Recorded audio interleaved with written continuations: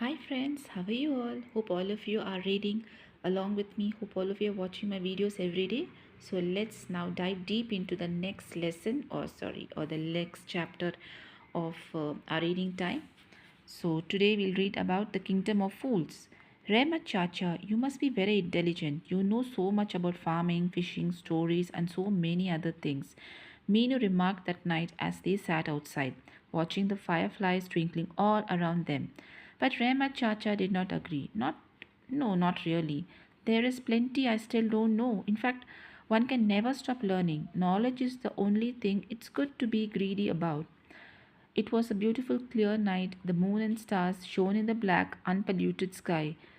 Pirambi was feeling very happy. Her own grandchildren lived so far away and came to visit her only once in 2 or 3 years. After so long, the house was filled with laughter and young voices. She was too frail to do much and was enjoying sitting among them and talking to them. Soon they started yawning and rubbing their eyes, but no one was going to bed till Rema Chacha told another story. There once lived a king who was very intelligent. He looked down upon anyone he thought was dull. He was also very proud about the fact that in his kingdom there were no stupid people. Some distance away from the capital city lived an old teacher. He had taught the young prince, who was a sweet natured boy once, but had turned into a proud, rude king. Many people told him about the king's boastful nature, and the teacher decided to teach his old pupil a lesson he would never forget. He called his three best and brightest students, Harish, Mahesh, and Umesh, and said, "We need to bring that proud king down a peg or two.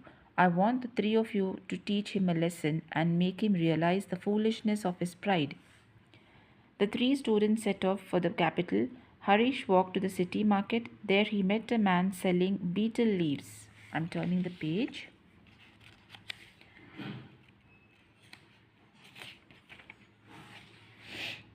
"How much for these leaves?" he asked. "10 rupees for 200 leaves," the shopkeeper replied. "Here are 10 rupees. Give me only 25 leaves. My servant will come and collect the balance 175 leaves." The betel leaf seller agreed and gave Harish 25 leaves. Harish now strolled into another shop where beautiful shawls were being sold. "How much for this?" he asked, fingering the best shawl in the shop. 200 rupees, answered the shopkeeper. "Here are 25 rupees. You can collect the remaining 175 rupees from the pawn shop there," Harish said, handing the shopkeeper a note. "Please give the person who brings this note the remaining 175." The note read.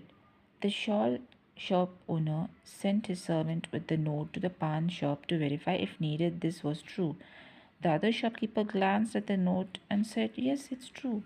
I have to give 175 more. Come back in half an hour. I will count and keep them ready." The servant returned and whispered to his master. Indeed, the betel leaf seller was going to give them the remaining 175. Harish walked out with the shawl.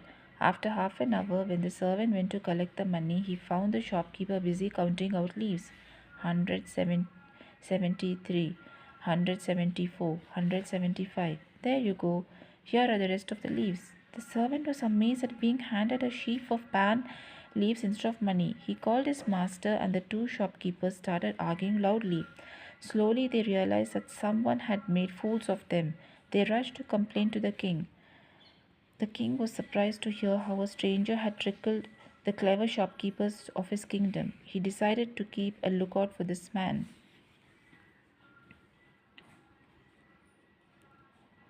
The next day, Mahesh walked into the royal carpenter's shop. It was the middle of the afternoon, and the carpenter was in his shop tinkering with some strange looking instruments. Mahesh was well dressed, so the carpenter thought he was rich.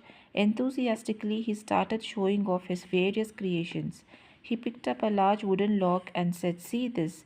Will you believe that with this you can even lock a man?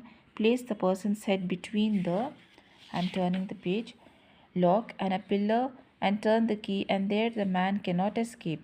Mahesh pretended to be skeptical. "So go on now. How can a simple wooden lock do such a thing? I don't believe you." The carpenter got very agitated. "But it's true, sir. I am the king's carpenter's. After all, I create many complicated instruments for the state. Here, let me show you. Saying this, he put the lock around his neck and the nearest pillar and turned the key. Now see, I cannot even move my neck. Are you convinced? Now just turn the key the other way to set me free. But Mahesh would not turn the key. He just stood there laughing. Then he coolly picked up the key and walked out of the shop. The carpenter could only shout at Mahesh, retreating back, "You villain, come back, set me free." But it was in vain. Mahesh had fooled him. Later that evening, the king came to know of this other stranger who had duped his clever carpenter. He was worried. Who were these men making the brightest people of his kingdom look stupid? He decided to go around the city in disguise to try and catch them. As he walked near the city gates, he found a man sitting there with a heap of mangoes waiting for someone to buy. The fruit seller had chosen the loneliest spot, so the king was suspicious. "Why are you selling your fruits here?" he asked. The fruit seller was actually Umesh. He pretended to look nervously around and answered in a whisper, "Sir, I have heard there are some clever cheats roaming around the kingdom wanting to cheat us and our clever king. I have heard one will be walking by his way soon. So I am waiting here hoping to catch him and deliver him to the king."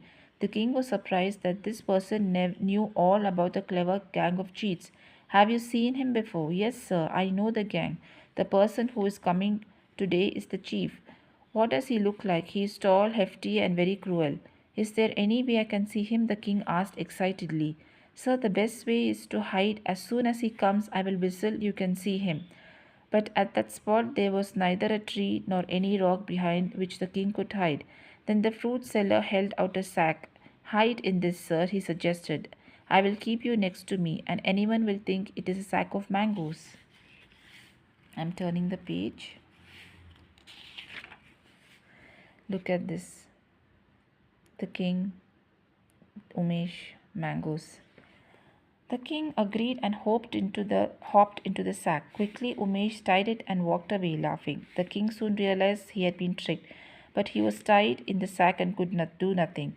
Many hours later, when his soldiers came back looking for him, he managed to wriggle out around in the sack and attract their attention. How embarrassed he was to be set free by them. He also knew now that he and the people of his kingdom were not as clever as he loved to boast. He realized his mistake. The king's old teacher came to the court and explained how his three students had tricked everyone.